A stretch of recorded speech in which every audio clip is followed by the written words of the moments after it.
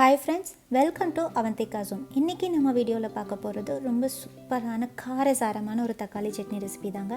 இது ஆந்திரா ஸ்பெஷல் தக்காளி சட்னி. வாங்க அதை எப்படி செய்யறதுன்னு வீடியோக்குள்ள போய் பார்க்கலாம். இதுக்கு ஸ்டவ் ஆன் பண்ணி ஒரு கடாய் வச்சுக்கோங்க. அதில் 1/4 கப் எண்ணெய், சன்ஃப்ளவர் ஆயில் விட்டுக்கோங்க. நல்லா தாராளமா எண்ணெய் இருந்தால் தான் இது ரொம்ப நல்லா இருக்கும். எண்ணெய் நல்லா காஞ்சதும் இதில் நாம 1 டீஸ்பூன் சீரகம், கொஞ்சமா அதாவது ஒரு 1/2 டீஸ்பூன் அளவுக்கு பெருங்காய பொடி சேர்த்துக்கோங்க. இப்போ இதில் நாம் ஒரு 15லேருந்து 20 பல் பூண்டு, உரிச்ச பூண்டு இருக்கும் இல்லைங்களா, அதை சேர்த்துக்கோங்க. முழுசாகவே நீங்கள் சேர்த்துக்கலாம். சேர்த்துட்டு ஒரு 2 நிமிஷம் வதக்கி விட்டுட்டு இப்போ ஒரு பெரிய சைஸ் பெரிய வெங்காயம் நான் பொடியாக கட் பண்ணி வச்சுருக்கேன், அதையும் சேர்த்துட்டு வதக்கிக்கலாம்.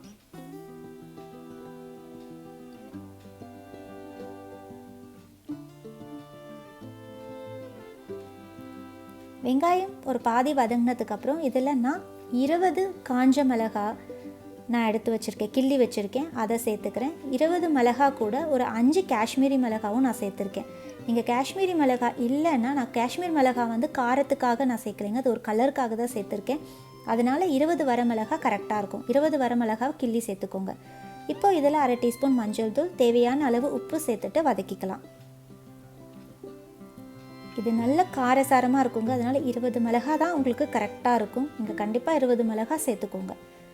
இப்போ இதில் நான் 15 தக்காளி, நான் பொடியாக கட் பண்ணி வச்சுருக்க தக்காளிங்கிறதுனால ஒரு 15, அதாவது ரொம்ப சின்ன சின்ன சைஸ் தக்காளிங்கிறதுனால நான் 15 தக்காளி எடுத்திருக்கேன். உங்களது தக்காளி வந்து ஒரு மீடியம் சைஸில் பெரிய சைஸில் இருந்ததுன்னா 10 தக்காளி கரெக்டாக இருக்கும்.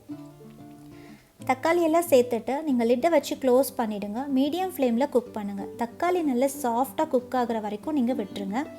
பாருங்கள், தக்காளி நல்லா சாஃப்டாக குக் ஆகிடுச்சு. இப்போ நாம் இதில் வந்து கடைசியாக கொஞ்சமாக, அதாவது ஒரு 1/4 கப் அளவுக்கு துருவின தேங்காய் சேர்த்துக்கலாம். நீங்கள் வந்து இந்த தக்காளி சட்னி வந்து லாங் டேஸ் ஸ்டோர் பண்ண போகிறீங்கன்னா நீங்கள் தேங்காய் சேர்த்துக்காதீங்க. உடனே காலி பண்ணுற மாதிரி இருந்தால் தேங்காவை சேர்த்துக்கோங்க. ஒரு 1/4 கப் தேங்காய் சேர்த்துக்கோங்க. கூடவே கொஞ்சம் கருவேப்பிலை, கொத்தமல்லி தலை சேர்த்துட்டு நல்லா வதக்கிட்டு நல்லா ஆற வச்சுடுங்க. ஆற வச்சுட்டு மிக்சர் ஜாரில் சேர்த்து அரைச்சிக்கலாம். இது வந்து நீங்கள் இந்த மைசூர் மசாலா தோசைலாம் செய்கிறீங்கன்னா இந்த தக்காளி இந்த சட்னியை வந்து ஸ்ப்ரெட் பண்ணிவிட்டு அப்புறம் நீங்கள் தோசை செஞ்சு பாருங்கள், ரொம்ப நல்லாயிருக்கும் இந்த கார சட்னி மாதிரி. இப்போ இந்த சட்னியை வந்து நம்ம தாளிச்சிக்கலாம்.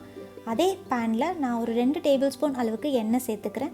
எண்ணெய் நல்லா காஞ்சதும் ஒரு 1/4 டீஸ்பூன் கடுகு, 1/4 டீஸ்பூன் உளுத்தம்பருப்பு, 1/4 டீஸ்பூன் கடலைப்பருப்பு, ஒரு பிடி ஒரு கொத்து கருவேப்பிலையை சேர்த்துட்டு நீங்கள் ஃப்ரை பண்ணி நீங்கள் தாளித்து எடுத்துட்டிங்கன்னா நம்மளோட சூப்பரான ஒரு கார சட்னி, தக்காளி சட்னி ரெடி ஆகிடுச்சிங்க.